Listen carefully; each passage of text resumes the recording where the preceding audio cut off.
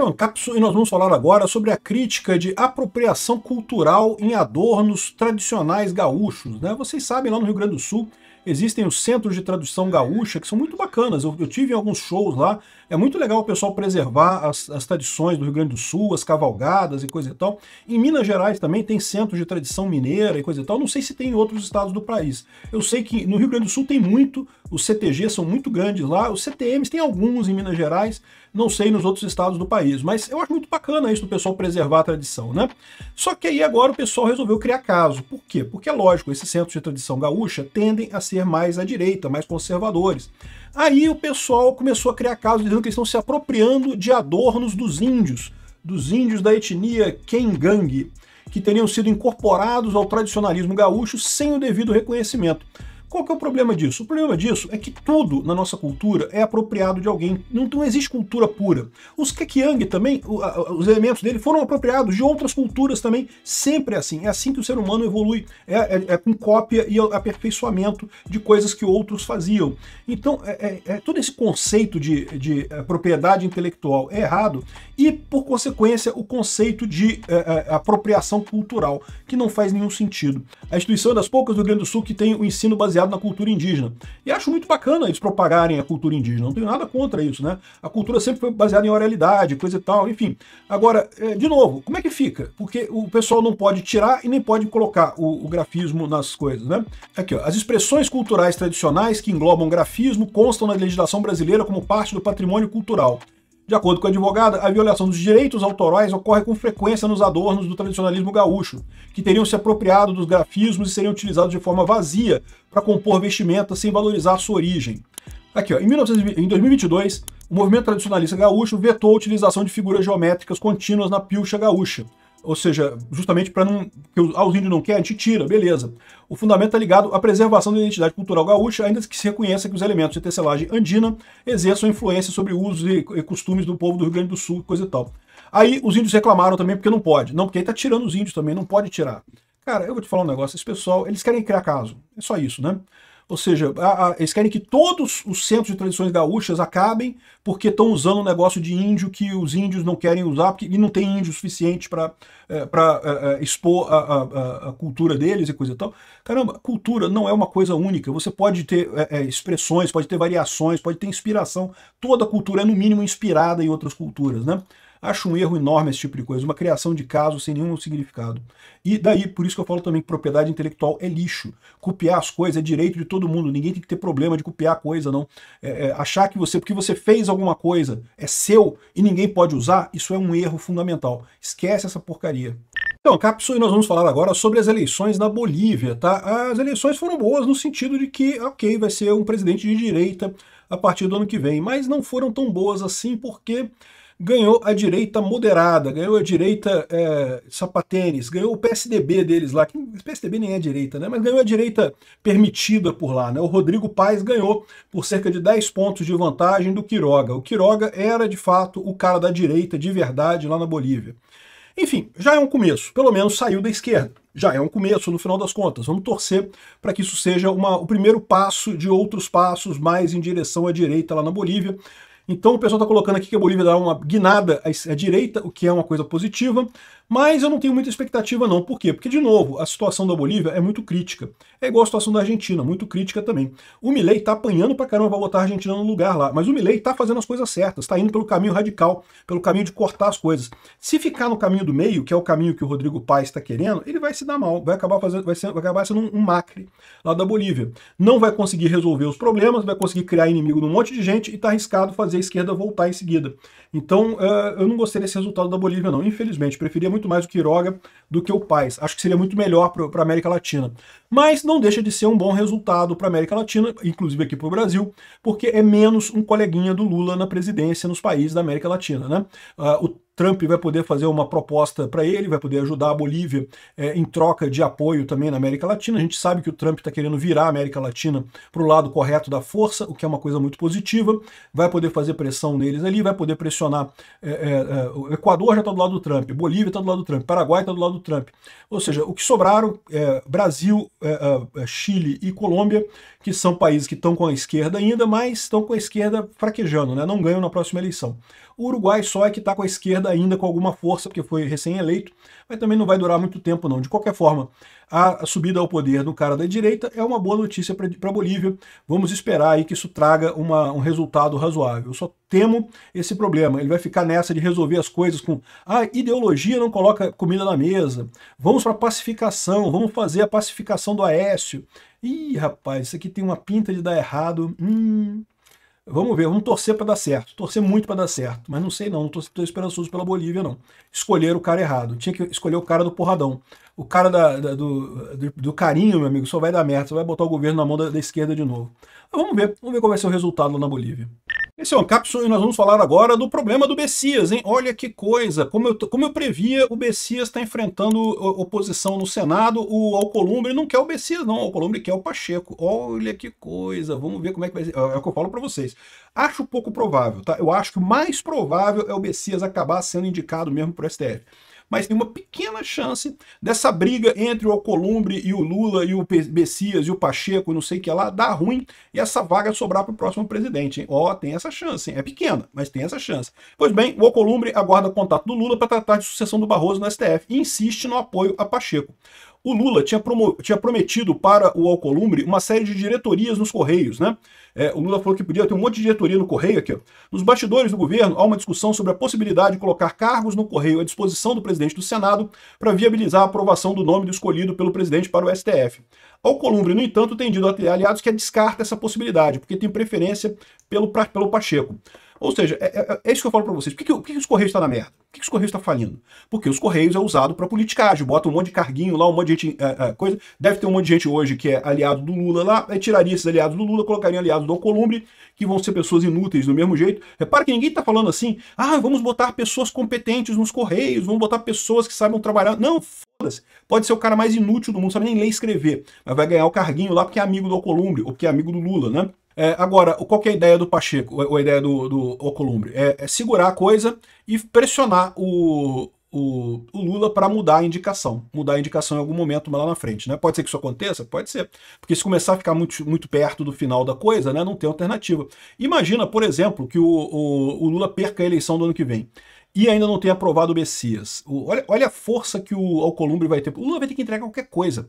O Lula vai ter que trocar e botar o Pacheco, porque se não fizer isso, vai ficar sem nenhum, entendeu? E é por isso que eu digo para vocês que existe a chance, é pequena essa chance, não quero dar falsas esperanças para ninguém, mas existe a chance dessa vaga sobrar para o próximo presidente. Imagina essa situação, né?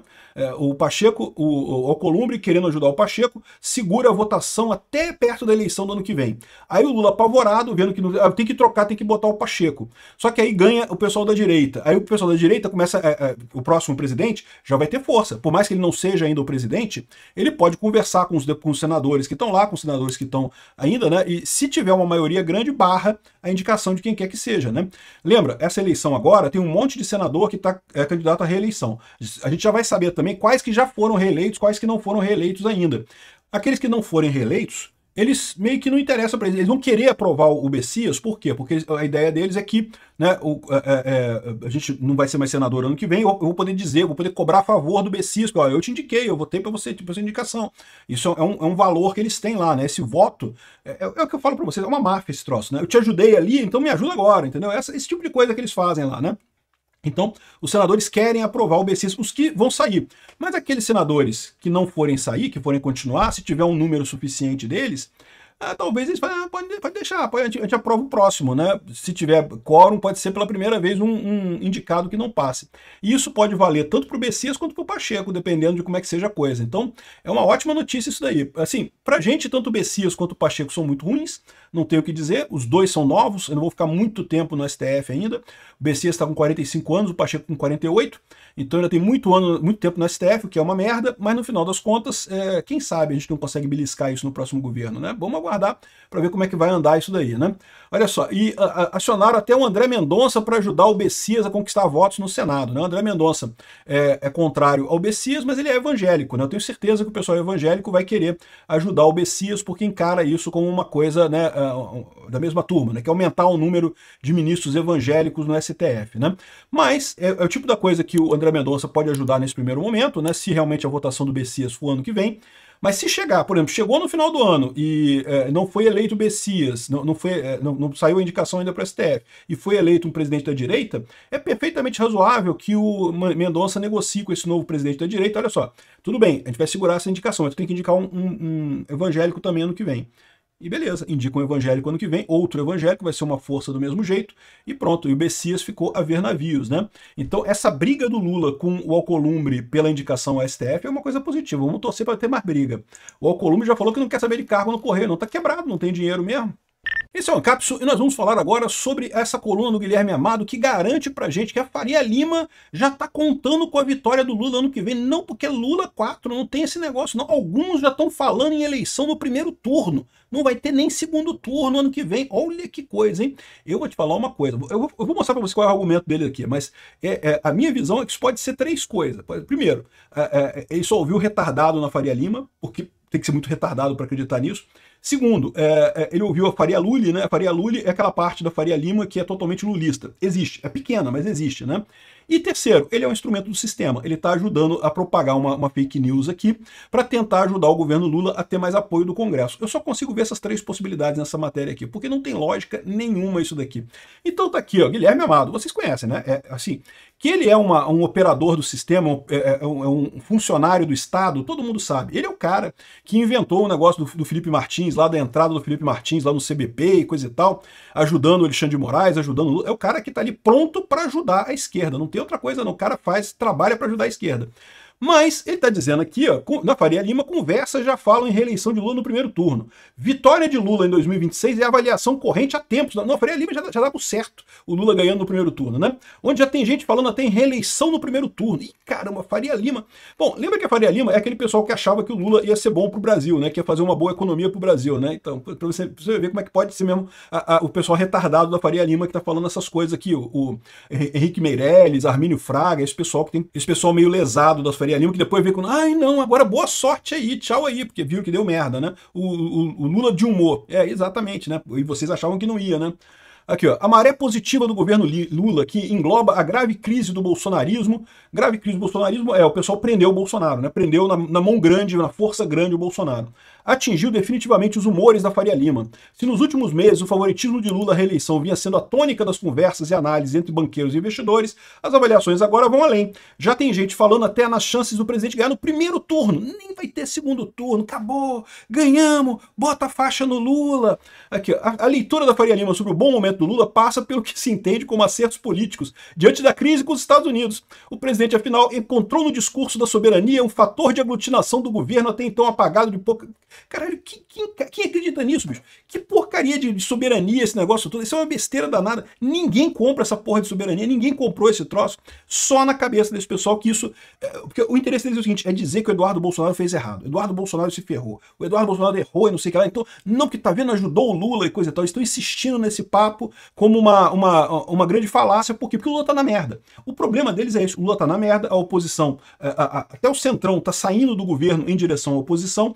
Então, eles querem manter o Centrão no governo, porque sem o Centrão o Lula não faz nada, né? Aqui, ó. Para além do discurso que tirou da direita a retórica do patriotismo em defesa do Brasil, caramba, que lógica tem isso, cara? Desde quando tirou da direita o patriotismo e coisa e tal? Desdobramentos políticos da posição do Lula foram amplamente favoráveis nos dois palcos, na ONU e na Casa Branca. O Trump falou em química excelente com o presidente, conversaram no telefone semanas depois. Ou seja, eles continuam insistindo que essa conversa com o Trump e com o Lula vai dar alguma coisa. É por isso que eu falo para vocês. A gente sabe que essa conversa não vai dar em nada. Isso daí é jogada do Trump para atrair o Lula, para tirar do Lula o argumento que o Lula tinha, que era mas o Trump não quer falar comigo. Como é que não quer falar contigo? Ele falou, conversou contigo, coisa e tal, não tem nada. Aqui, ó, os efeitos práticos do recuo de Trump, figura instável e inconfiável, ele já sabe que vai dar merda. Por isso que ele fica falando que é figura instável e inconfiável, porque ele sabe que vai dar merda. Ainda não foram vistos. As tarifas americanas seguem em vigor, embora com diversos setores fora das sanções desde o início.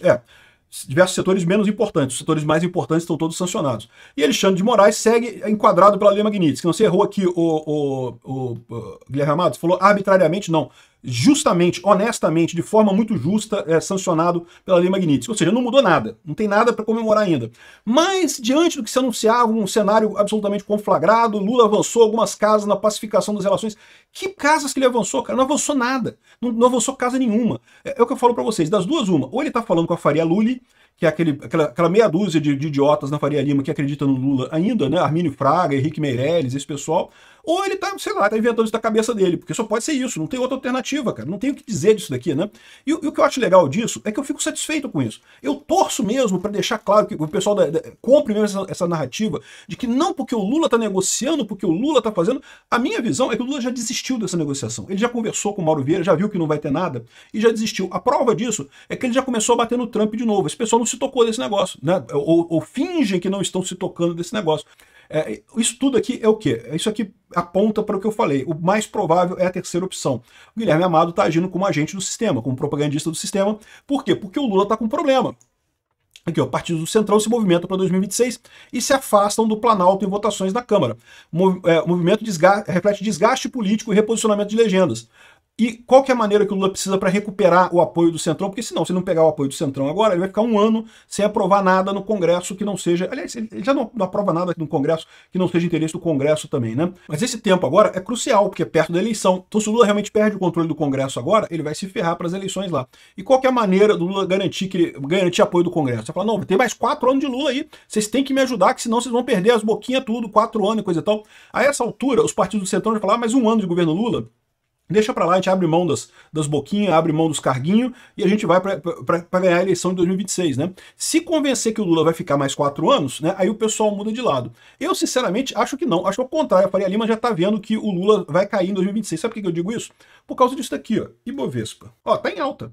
Se pegar nos últimos 6 meses, quando o pessoal acha que o Lula tá mal, aí o Ibovespa sobe. O Lula começa a ficar bem, que foi justamente o efeito Canadá, aí o Lula perde, aí começa a cair a bolsa.